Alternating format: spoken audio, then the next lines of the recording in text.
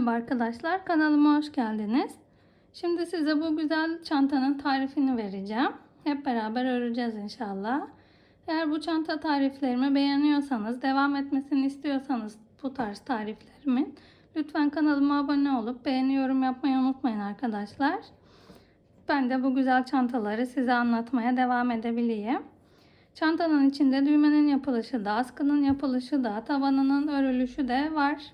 Hepsi var arkadaşlar. Ölçüleri videonun en sonunda paylaştım sizle. Şimdi çantamızı isterseniz bu şekilde kullanabiliyorsunuz. İsterseniz bu şekilde sapımızı asılınca ağız kısmı daralıyor. İsterseniz o şekilde kullanabilirsiniz. Evet, bu şekilde de kullanılıyor. Kenarları büzüşüyor böyle. Şimdi video çok geniş yer almadığı için boydan gösteremiyorum ama iki şekilde de kullanabilirsiniz çantamızı. Bu şekilde arkası da aynı model.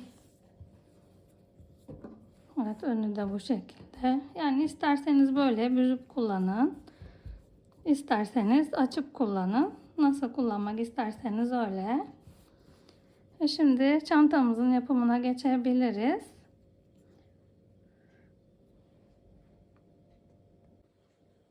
Çantamızı bu iple ördüm arkadaşlar. 100 gram ağırlığında ipimiz ve 150 metre.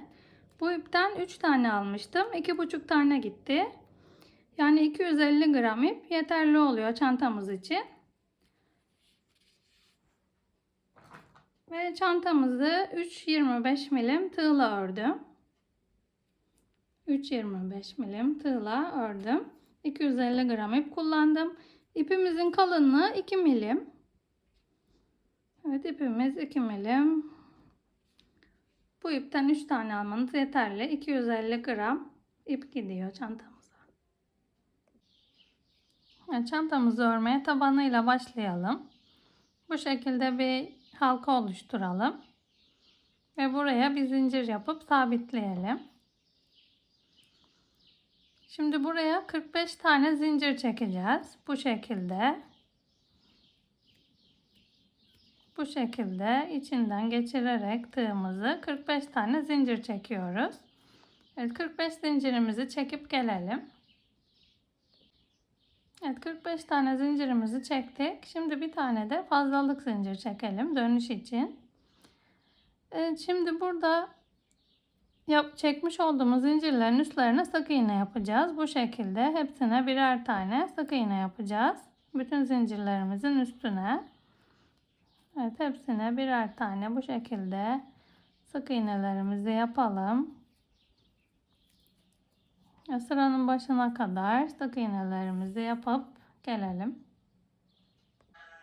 Evet, bütün zincir tepelerine birer tane sık iğnemizi yaptık. 45 tane sık iğnemiz oldu. Kenara kadar sık iğnemizi yaptıktan sonra bir tane zincir çekip çeviriyoruz tabanımızı.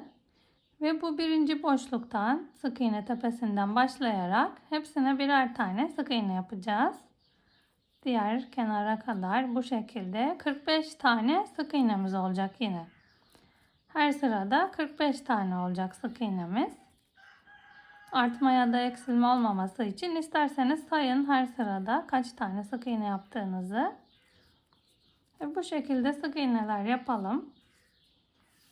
Yani tabanımızın anlatımı bu kadar. Sık iğne yapacağız döne döne. Bu kenarda da göstereyim size. Burada görüşelim. Bütün sık iğne tepelerimize birer tane sık iğnemizi yaptık. Şimdi 44 tane sık iğnemiz var. Ve bu kenardakine de batıyoruz. Bununla beraber 45 tane sık iğnemiz olması lazım. Burada da bir zincir çekip geriye dönüyoruz. Ve önümüzdeki sık iğne boşluğundan, en diptekinden başlıyoruz. Hepsine birer tane sık iğne yapmaya. Evet, tabanımız bu şekilde oluşuyor. Bu şekilde örüp gelelim. Yine buraya kadar öreceğiz. Burada sondaki sık iğneye de batacağız. ve bir zincir çekip geri döneceğiz. Tekrar buraya kadar her sırada 45 tane sık iğnemiz olacak. Ben ne kadar, kaç sıra, kaç santim ördüğümü tabanımızı ördükten sonra size söyleyeceğim. Bu şekilde sık iğnelerimizi örüp gelelim. Evet, 45 tane sık iğnemizi 16 sıra örüp geldik. Sayalım. 1, 2, 3, 4, 5, 6, 7, 8, 9, 10, 11, 12, 13, 14, 15, 16. Evet, 16 sıra boyunca ördük. Şimdi santimini vereyim. Bu şekilde uzunluğu 26,5 santim oldu. Evet, enini ölçelim. Eni de 7,5 santim. 7,5. Evet, bu şekilde oldu. Şimdi üst sıraya nasıl çıkacağız onu göstereyim. Bu kenara kadar sık iğnelerimizi yaptık. Yine 45 tane sık iğnemiz var. Burada 3 tane zincir çekiyoruz. 1, 2, 3 ve bu şekilde geriye döndürüyoruz tabanımızı. Ve bu dibindeki zincirimizin dibindeki sık iğneye bu şekilde batarak ikili trabzan yapıyoruz. 1, 2. Aynı sık iğnenin içine buraya köşeye yani bir tane daha ikili trabzan yapıyoruz. 1, 2, 3 tane ikili trabzan yaptık bu köşede. Şimdi önümüze gelen bütün sık iğnelerin tepesine birer tane ikili trabzan yapalım bu şekilde. Hepsine birer tane ikili trabzan yapıyoruz.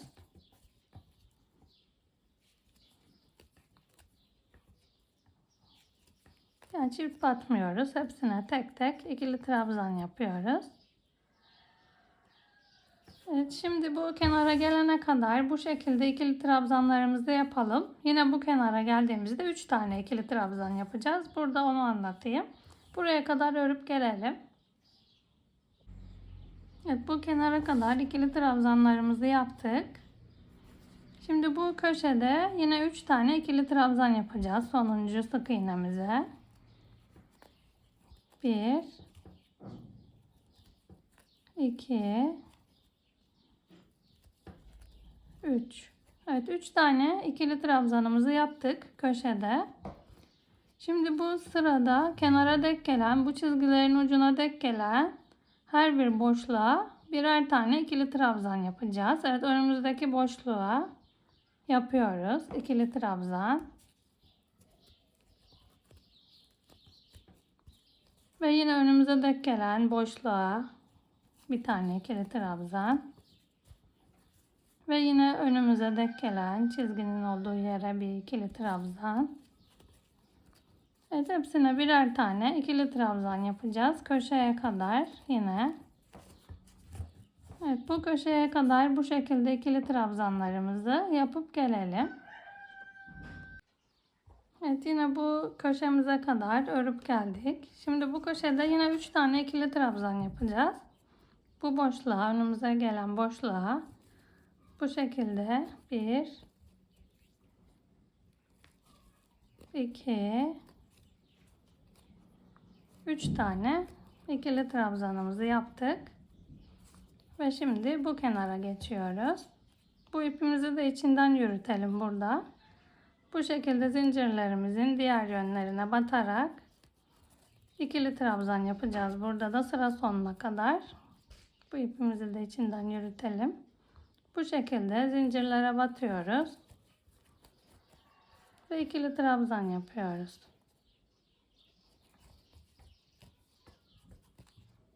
Evet, hepsine birer tane ikili trabzanımızı yapalım. Bu ipimiz bitene kadar bu şekilde içinden yürütelim. Bu köşeye kadar bu şekilde ikili trabzanlarımızı yapalım gelelim. Evet, bu kenara kadar da ikili trabzanlarımızı yapıp geldik. Şimdi buradaki sonuncu zincir boşluğumuza bu şekilde 3 tane ikili trabzan yapıyoruz. 1, 2, 3. Aynı boşluğa 3 tane İkili trabzanımızı yaptık yine. Bütün köşelerde olduğu gibi. Şimdi yine karşı kenarda yaptığımız gibi her kestiğin ucuna denk gelen yere bir tane ikili trabzan yapacağız. Buna yaptık şimdi. Sıradaki boşluğa batarak bir tane ikili trabzan.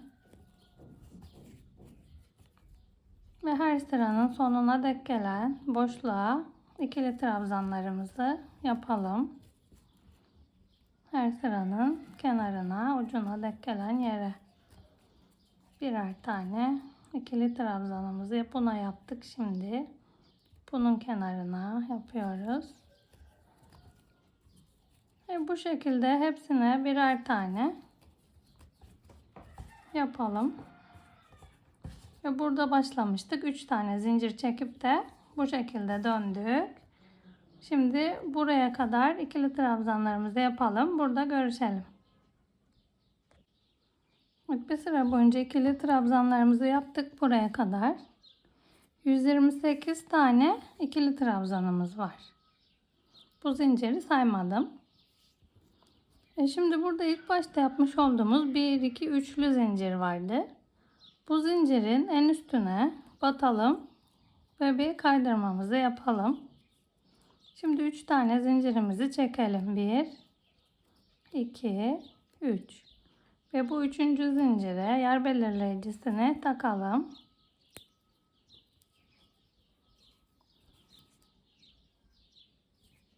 Evet, şimdi burada bir gerideki sonuncu yapmış olduğumuz trabzanın tepesine batıyoruz. Ve ikili trabzan yapıyoruz buraya. Şu yer belirleyicisini çıkarıp da göstereyim ben. Ama bu zincire takacağız. Evet, bir gerideki ikili trabzanın tepesinden bu şekilde ikili trabzanımızı yapalım. Ve buradaki üçlü zincirimizin sonundakine takıyoruz. Biraz önce takmış olduğum yere. Şimdi önümüzdeki sık trabzanımızın üstüne denk gelen trabzan tepesine atlıyoruz ve diğerine bir tane ikili trabzan yapıyoruz.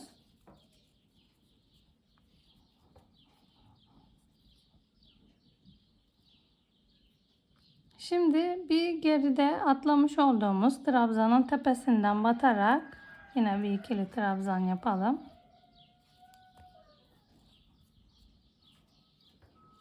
Şimdi bu önümüzde görmüş olduğumuz yere bu trabzanın bacağını taktığımız için buna batmayacağız.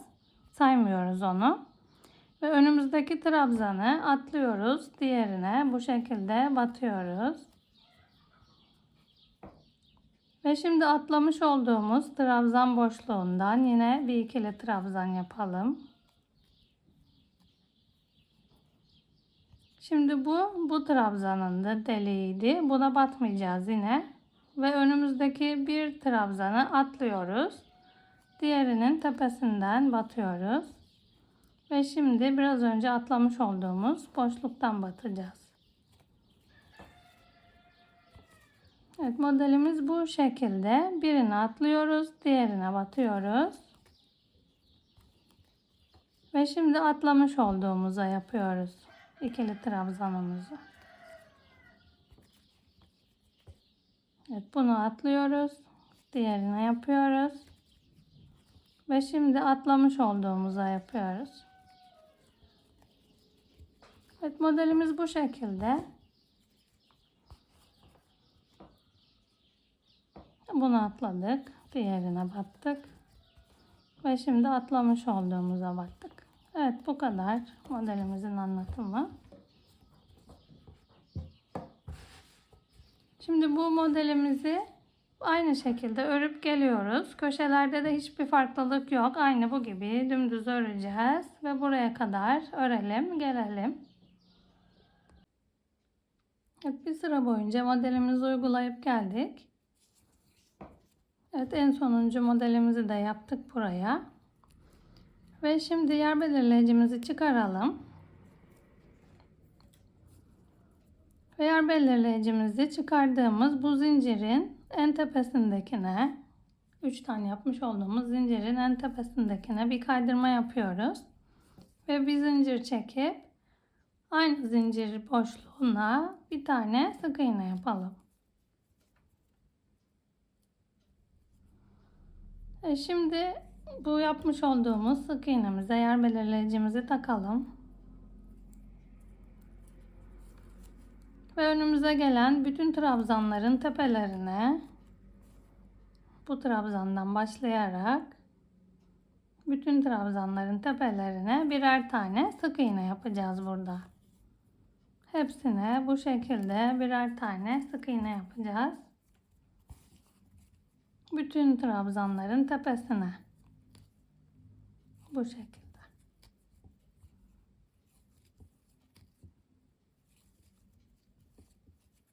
Evet, bir sıra boyunca bu şekilde sık iğne yapacağız. Yani örüp gelelim. Bu şekilde yer belirleyicisine kadar sık iğnelerimizi yapıp gelelim. Evet, bir sıra boyunca sık iğnelerimizi örüp geldik. Ve şimdi bir üst sıraya çıkacağız. Bu şekilde sonuncu trabzanımıza da sık iğnemizi yaptık. Şimdi bu yer belirleyicimizi çıkaralım.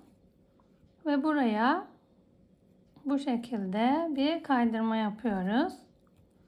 Ve bir zincir çekiyoruz. 1, 2, 3. Üçüncü zincire yer belirleyicimizi takalım. Ve bir zincir daha çekelim. 1.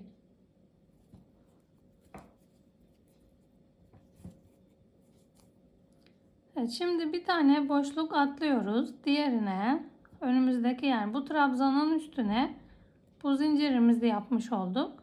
Şimdi bunu atlıyoruz ve diğer trabzanın tepesine 1, 2 ikili trabzan yapıyoruz. Ve bir zincirimizi çektik. Yine önümüzdeki trabzanı atlıyoruz. Diğerine bir ikili trabzan daha yapalım. Bir zincir çekelim. Ve yine bir tane atlayıp diğerine bir ikili trabzan yapalım. Yine bir zincirimizi çekelim. Yine bir tane atlayalım ve diğerine ikili trabzan, bir zincir. Yine birini atlayalım, diğerine bir ikili trabzan, bir zincir atlıyoruz. Bir ikili trabzan, bir zincir. Evet, bu şekilde modelimiz. Yine bu modelimizi bir sıra boyunca örelim. Yer belirleyicisine kadar burada görüşelim. Evet, bir sıra boyunca modelimizi uygulayıp geldik. Şimdi en sonuncu trabzanımızı yaptık ve biz zincirimizi çektikten sonra burada yine bir tane boşluğumuz kaldı.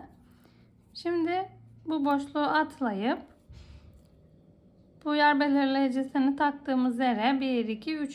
zincirimize yani bu şekilde kaydırma yapıp birleştiriyoruz. Bir zincir çekiyoruz ve söylediğim yere kaydırmayla birleştiriyoruz. Evet, şimdi bir zincir çekelim ve aynı boşluğa bir sık iğne yapalım. Yine bu sık iğnemize yer belirleyicimizi takalım.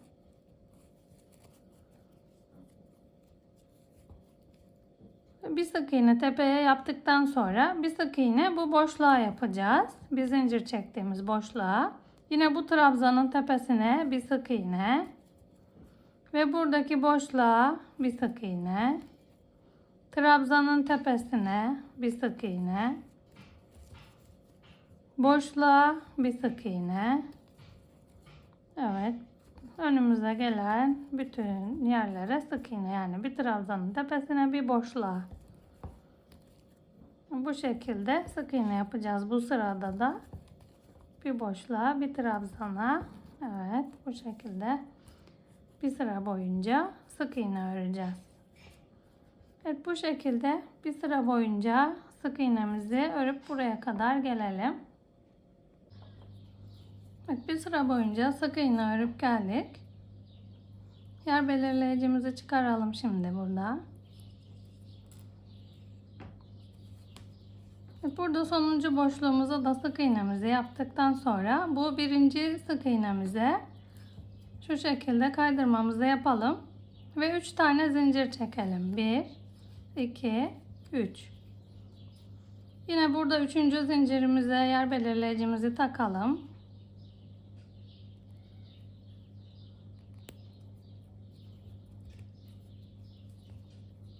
Şimdi burada bir geri dönüp burada yapmış olduğumuz kutucuğun içine yine bu alttaki modeli uygulayacağız. Yani şu en altta yaptığımız modeli bir öndeki kutucuğun içine bu şekilde ikili trabzanımızı yapalım.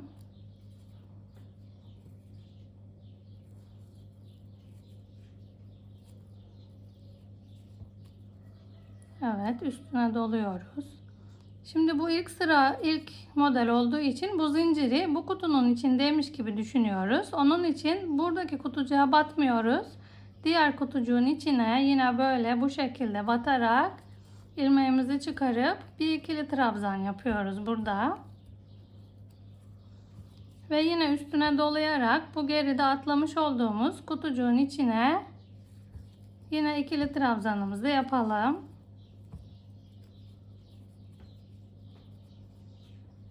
Bu şekilde göründü burası. 2 tane modelimizi uyguladık şimdi. Şimdi bu kutucuğu atlamıştık ama bu kutucuğu atlamayacağız. Bu kutucuğu atlamış gibi düşünüyoruz. Bir öndeki kutucuğa batarak bir ikili trabzan yapalım. Ve biraz önce üstünden geçtiğimiz kutucuğu batarak bir ikili trabzan yapalım. Evet, modelimiz bu şekilde ilerleyecek. Önümüzdeki bu kutucuğa değil, bu kutucuktan bu şekilde bir ikili trabzan yapıyoruz. Daha sonra bu atlamış olduğumuz kutucuktan bir ikili trabzan daha yapıyoruz. Modelimiz bu şekilde. Yani buradaki sık iğnelerle hiçbir işimiz yok. Alt sırada yapmış olduğumuz zincir boşluğuyla uyguluyoruz modellerimizde. Bir öndekine, bir geriye. Evet, yine bunu atlayacağız, önümüzdekini ve diğerinden bu şekilde ikili trabzanımızı yapalım. Ve şimdi geçmiş olduğumuz, atlamış olduğumuz yerden, boşluktan bir ikili trabzan daha yapalım. Evet, modelimiz bu şekilde. Bir sıra boyunca bu modeli uygulayalım, gelelim. Evet, bir sıra boyunca modelimizi uygulayıp geldim. Ve en son yaptığım modelden sonra önümde bu şekilde boşluk kaldı. Şimdi burada bağlama yerinde de yine bu en son ilk başta yaparken batmış olduğumuz yerden bu şekilde batıp ikili trabzanımızı yapalım. Ve bu yine aynı model uyguladığımız gibi bir gerideki boşluktan yine ikili trabzanımızı yapalım. Evet, sıramız bitti. Şimdi yer belirleyicimizi çıkaralım. Ve burada ilk yer belirleyicimizi çıkardığımız zincirimizin üçüncüsüne batarak kaydırmamızı yapıyoruz. Bir zincir çekip aynı boşluğa bir de sık iğne yapıyoruz. Burada yer belirleyicimizi takalım yine. Burada da ilk trabzanın tepesinden başlayarak hepsine birer tane sık iğnemizi yapacağız. Tekrar modeli tekrar örmeye başladık. Yani buradaki sık iğne sırası. Evet, bir sıra boyunca burada sık iğne öreceğiz. Hepsinin her trabzanın tepesine birer tane sık iğne yapıyoruz burada. Bu sıramız bu şekilde olacak. Bir sıra boyunca sık iğnemizi yapıp gelelim. Bir sıra boyunca sık iğnelerimizi yapıp geldik. Şimdi yer belirleyicimizi çıkaralım. Bütün trabzanlarımıza bu şekilde batıp geldik. Bu kaydırma yaptığımız yer, buraya batmıyoruz. Birinci yaptığımız sık iğnenin tepesine bir kaydırma yapalım, birleştirelim. 1 2 3 tane zincir çekelim. Yine üçüncüye yer belirleyicimizi takalım. taktıktan sonra bir zincir daha çekiyoruz. Şimdi bu alttaki sıradayız. Bu sırayı yapacağız. Burada kaydırma yaptığımız boşluktan sonraki sık iğneyi atlıyoruz ve diğerine bir tane ikili trabzan yapalım. Şu şekilde. Bu kaydırma yaptığımız, bunu saymıyoruz. Ortada bir tane atlayıp diğerine yapıyoruz. Bir zincir çekelim. Ve önümüzdeki sık iğneyi atlayalım. Diğerine bir tane ikili trabzan yapıyoruz. Bir zincir çekiyoruz. Ve önümüzdekini atlıyoruz. Diğerine ikili trabzan yapıp bir zincir çekiyoruz. Ve bu şekilde bu sıramızı da örüyoruz. Evet, bu şekilde örüp gelelim. Aralarda birer zincir ve birer sık iğne atlıyoruz. Bu sıramızı da bu şekilde örelim gelelim. Evet, bir sıra boyunca modelimizi uygulayıp geldik yine. Ve bir zincirimizi çektik. Önümüzdeki sık iğneyi atladık. Ve bu yer belirleyicimizi çıkaralım şimdi. Çıkardığımız yere zincirimizin 1, 2, 3.'süne denk gelen yere bu şekilde yine kaydırmamızı yapıp bir zincirimizi çekiyoruz ve aynı yere bir tane sık iğnemizi yapıyoruz. Yer belirleyicimizi takalım aynı sık iğneye. Bu sıramızda yine bu alt sıradaki gibi, modelimizin altında uyguladığımız sıradaki gibi sık iğne yapacağız. Bu trabzanımızın üstüne yaptık. Zincirimizin üstüne bir tane boşluğa yapıyoruz. Bir tane trabzanın tepesine. Bir tane boşluğa. Bir tane trabzanın tepesine. Bir tane boşluğa. Evet, bu şekilde sık iğnelerimizi sıra başına kadar örelim. Buraya kadar örüp gelelim. Bir sıra boyunca sık iğnelerimizi yapıp geldik. En son buradaki boşluğa da bir sık iğne yaptık. Şimdi bir üst sıraya çıkalım. Yer belirleyicimizi çıkaralım. Ve çıkardığımız yere buradaki birinci sık iğnemize bu şekilde batıp bir kaydırma yapıyoruz. 1, 2, 3 tane zincir çekiyoruz. Ve 3. zincirimize bu şekilde yine yer belirleyicimizi takalım burada.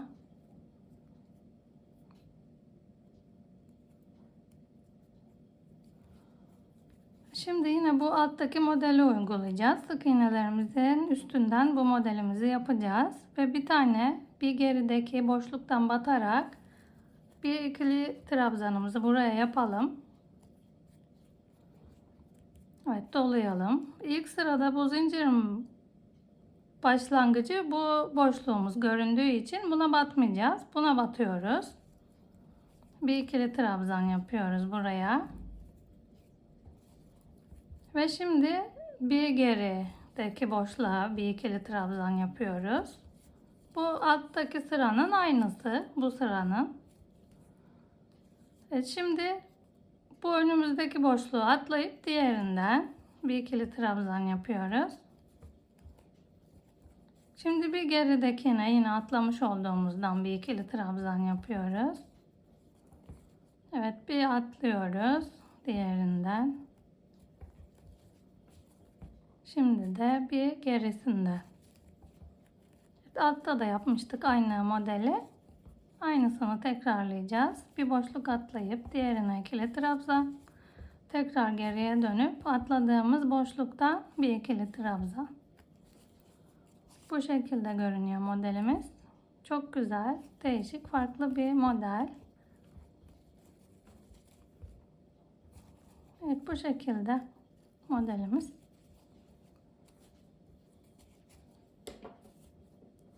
Bu sıramızda bu şekilde. Aynısını tekrarlayacağız şimdi üst sıralarda da.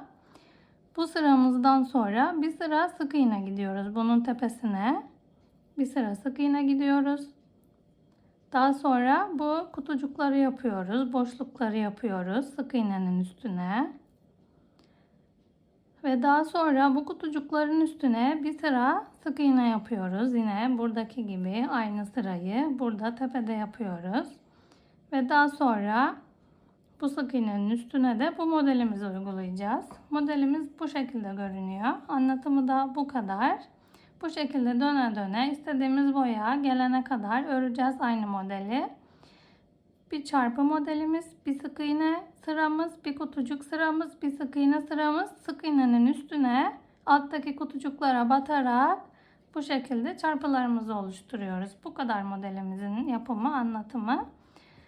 Şimdi istediğimiz uzunluğa gelene kadar örelim. Ben istediğim boya ulaştıktan sonra kaç santim olduğunu ve kaç sıra ördüğümü size anlatacağım. Evet, örüp gelelim bu şekilde. Şimdi istediğim uzunluğa ulaşana kadar örüp geldim. Şu şekilde tabanımızdan sonra ilk yaptığımız çarpı sırasından sonra bir sıra kutucuk yapmıştık. O kutucuklardan sayalım kaç sıra örmüşüm. 1, 2, 3, 4, 5, 6, 7, 8. 8 kutucuk yüksekliğinde örmüşüm. 8 tane kutucuk sırası olmuş. Şu şekilde santimini vereyim. Bu tabanımıza kadar ilk başladığımız trabzan sırası vardı. O trabzan sırasına kadar 23 santim örmüşüm. Evet, 23 santim örmüşüm. Tabana kadar ölçünce. Enini de ölçelim. 32 santim enimiz, 32-33 santim. Evet, şimdi bu sıradan sonra bu kutucuk sırasından sonra bir sıra sık iğnemizi gittim yine modelde olduğu gibi. Şimdi burada kaydırmayla birleştireceğiz bu sırayı. Ve sonuncu kutucuğa da sık iğnemizi yaptıktan sonra bu birinci sık iğnemize bu şekilde batırıp kaydırmayla birleştirelim. Bir zincir çekelim. Ve aynı boşluğa bir tane sık iğne yapalım. Şimdi bu sırada bu şekilde sık iğneler yapacağız.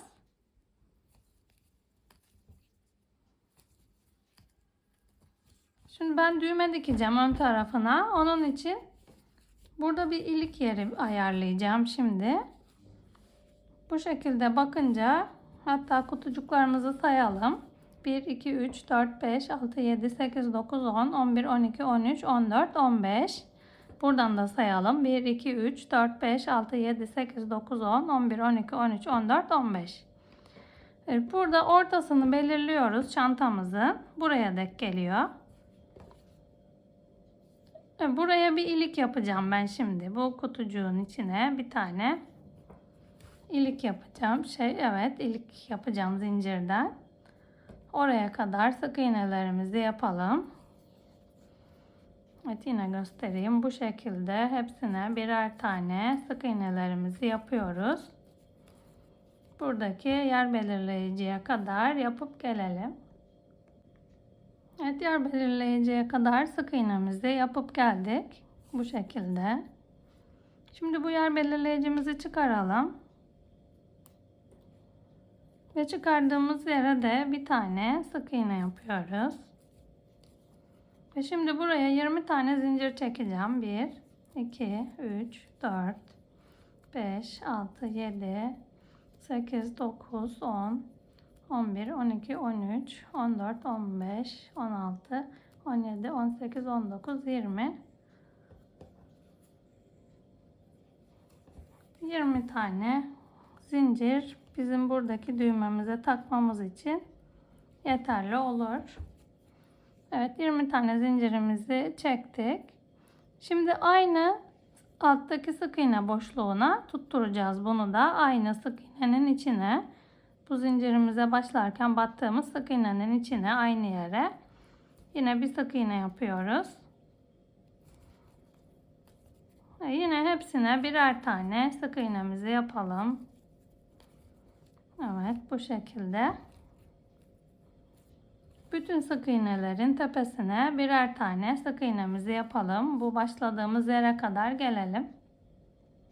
Bir sıra boyunca sık iğnelerimizi örüp geldik. Şimdi burada ipimizi keselim. Ve bu ilmeğimizi sık iğnemizin içinden çıkaralım. Ve bu önümüzde ilk yapmış olduğumuz sık iğneye değil, diğer sık iğnenin altından tığımızı geçirip ipimizi arkaya doğru çekelim. Şimdi bu şekilde çantamızın iç tarafından yine ilmeğimizi çıkardığımız sık iğnenin ortasından bu ipimizi çantamızın içine doğru çekelim. Şimdi bu ucumuzu kaybedeceğiz burada. Evet, bu ucumuzu kaybedelim. Daha sonra askıyı nasıl ördüğümü anlatacağım. Evet, çantamızın askısını örmeye başlayalım. Buraya 3 tane zincir çekeceğiz. 1, 2, 3. Şimdi bu çektiğimiz zincirlere, bu en sonuncu çektiğimizi atlıyoruz. Diğerinden başlayarak 2 tane sık iğne yapıyoruz. 1, 2.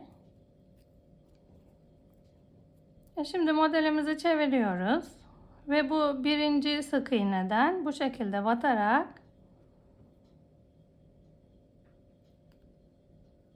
içinden yine sık iğne yapıyoruz buraya. Tekrar çeviriyoruz ve burada önümüzde görünen 2 tane ilmeği tığımıza takıp tekrar bu şekilde örüyoruz ve tekrar çevirelim.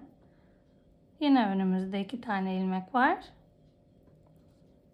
Bunları örüyoruz. Tekrar çeviriyoruz. Yine önümüze gelen 2 tane ilmeği takıp örüyoruz, çeviriyoruz.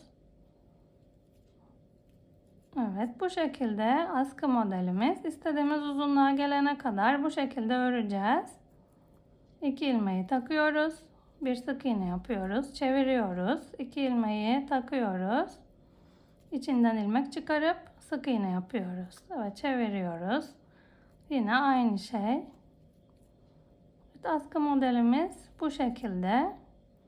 Ben istediğim uzunluğa geldiğinde size kaç santim olduğunu söyleyeceğim. Ve çantamıza nasıl taktığımı size göstereceğim. Bu şekilde çevire çevire öreceğiz.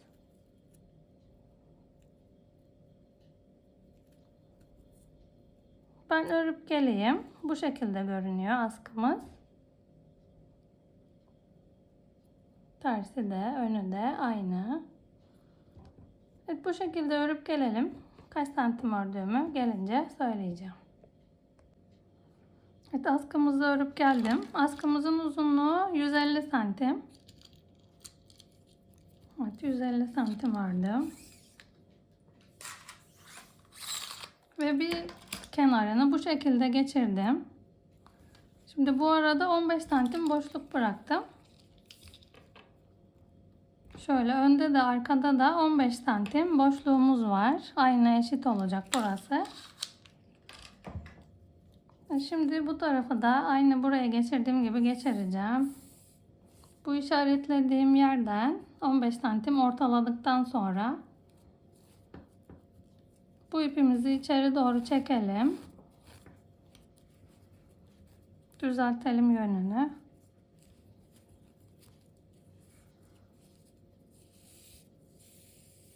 Ve bu kenardan çıkaralım. Şimdi burada bir boşluk yerden çıkarıyoruz. Karenin içinden. Ve arada bir trabzan bırakıp diğer kenardan içeri doğru çekiyoruz. Ve şimdi burada belirlediğimiz yerden yine önle eşit olacak. Arada 15 santim var. Dışarıya doğru çekelim.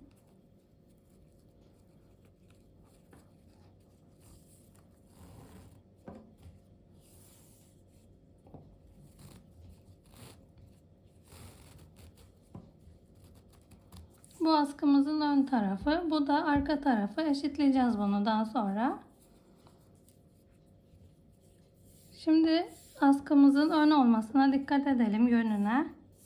Ve uçlarını birleştirelim askımızın. Evet, bu şekilde düzgün.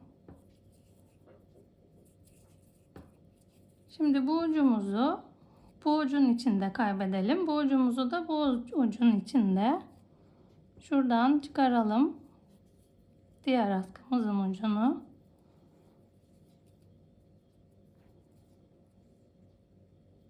Öbür askımızın ucunu da bu tarafa çekelim. Yani birbirinin içinde kaybederek uçları hem gizlemiş olalım hem de tutturmuş olalım birbirine.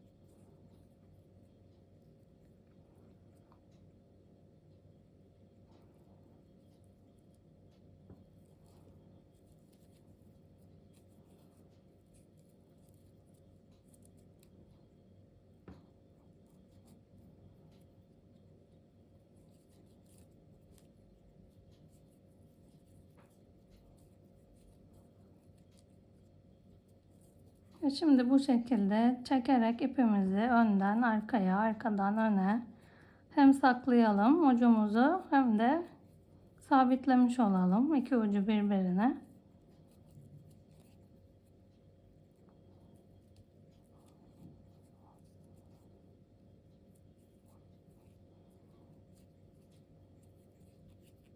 Evet, bu şekilde düzenli bir şekilde hem sabitleyelim hem uçlarımızı kaybedelim. Evet, bu şekilde şimdi bu uçlarımızı kaybedelim, temizleyelim. Bu şekilde çantamızın askısı. Şimdi ben öne bir düğme dikeceğim buraya. Ortaya bir düğme dikeceğim. Ve daha sonra çantamızın bitmiş haliyle görüşelim. Evet, şimdi ben çantamızın önüne bir düğme öreceğim. Şu şekilde halka yapalım ve bir zincir çekiyoruz. Ve bir boncuk alıp bu şekilde ilmeğimizi içinden geçirelim. Siz farklı normal bir düğme de dikebilirsiniz ya da farklı şekilde örebilirsiniz. Bu şekilde sabitleyelim buraya boncuğumuzu. Ve 1, 2, 3, 4, 5 tane zincir çekelim. Ve burada ilk başta yapmış olduğumuz, çekmiş olduğumuz zincire bu zincirimizi kaydırmayla sabitleyelim. Ve 5 zincir daha çekelim. 1, 2, 3, 4, 5. Ve bu zincirimizi de burada boncuğumuzu yaptıktan sonra çıkmış olduğumuz zincire, ilk yaptığımız zincire sabitleyelim yine kaydırmayla. Ve buraya bir zincir çekelim ve aynı boşluğa şu şekilde zincirlerin hepsine beraber batarak şu alttaki boncuğu tutturduğumuz ilmeği de tutturalım. Sık iğne yapalım. 1, 2, 3, 4, 5 tane sık iğne yaptık. Ve şimdi karşı tarafa geçelim. İpimizi de içinden yürütelim yine. 1, 2, 3, 4, 5. Şimdi sayalım. 1, 2, 3, 4, 5, 6, 7, 8, 9, 10. 10 tane oldu. Ve burada ilk başta yapmış olduğumuz sık iğneye bu şekilde batarak buraya bir kaydırma yapalım ve sabitleyelim sıramızı. Burada bir zincir çekelim ve aynı boşluğa bir kaydırma yapalım. Yine bir zincir çekelim. Sıradaki boşluğa bir kaydırma yapalım. Zincir, kaydırma, zincir, kaydırma, zincir, kaydırma. Evet, bir zincir, bir kaydırma yapıyoruz. Bir zincir, bir kaydırma. Bütün sık iğnelerimizin tepesine bu şekilde bir zincir, bir kaydırma yapalım.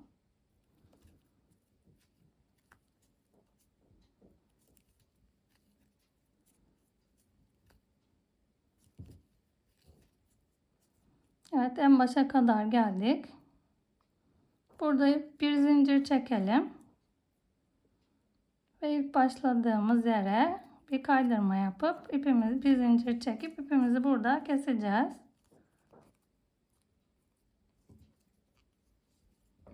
Keselim ipimizi.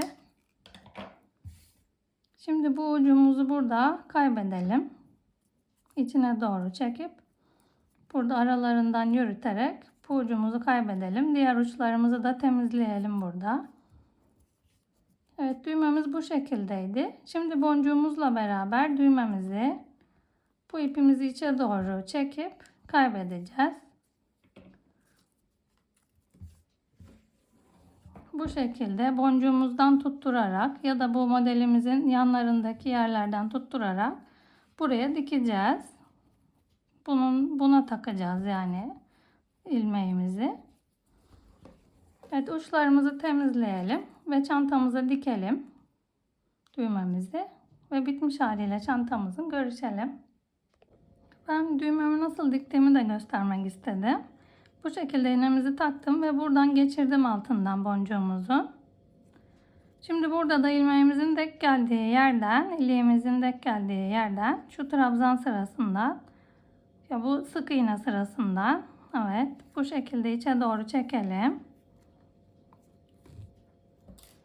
Evet, bu ipimizi de keselim ve iğnemize takalım bu ucumuzu.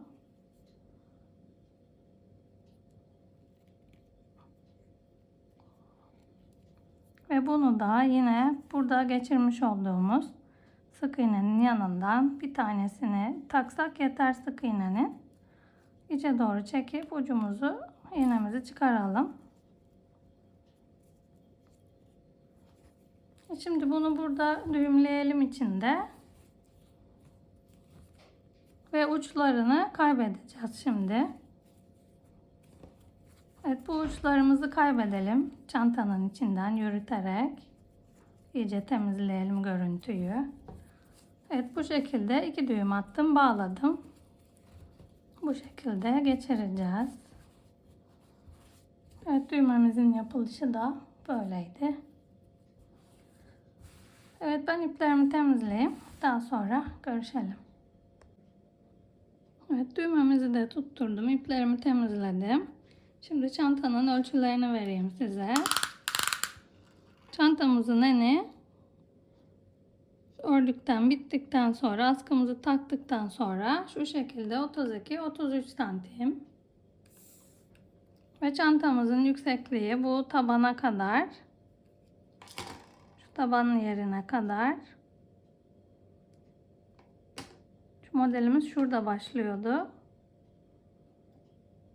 İyice ölçeyim. 24 santim.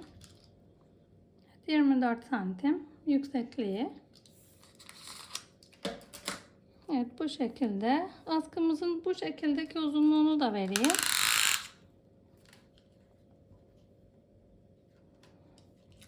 Şöyle tutunca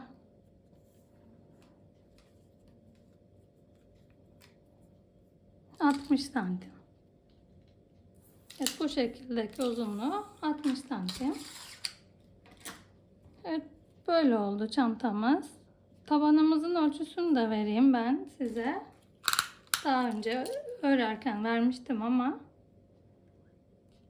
Evet, 7,5 santim eni. Şu şekilde uzunluğu da 24-25 santim.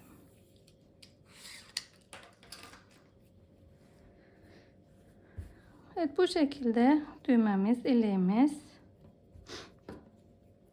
İçimiz böyle geniş bir çantamız. Tersi böyle bu şekilde. Evet, şimdi bu iliğimizi geçirelim düğmemizi. Ve bu şekilde çekince askımızı kenarları büzüşüyor. İsterseniz bu şekilde kullanın. İsterseniz büzmeden kullanın. Nasıl daha sizin hoşunuza giderse, nasıl daha çok güzel gelirse gözünüze, ya da isterseniz bazen öyle, bazen böyle. Evet, gayet güzel bir çanta oldu bu da. Bu çanta tariflerimin devamını istiyorsanız arkadaşlar, beni Instagram, Facebook ve Pinterest sayfalarımda da takip edebilirsiniz. Beğeni, yorum yapabilirsiniz. Orada da Funda'dan El İşleri, kanallarımın, sayfalarımın ismi. Evet, farklı çantalarda, farklı tariflerde görüşmek üzere arkadaşlar. Yapacak olan herkese kolaylıklar dilerim.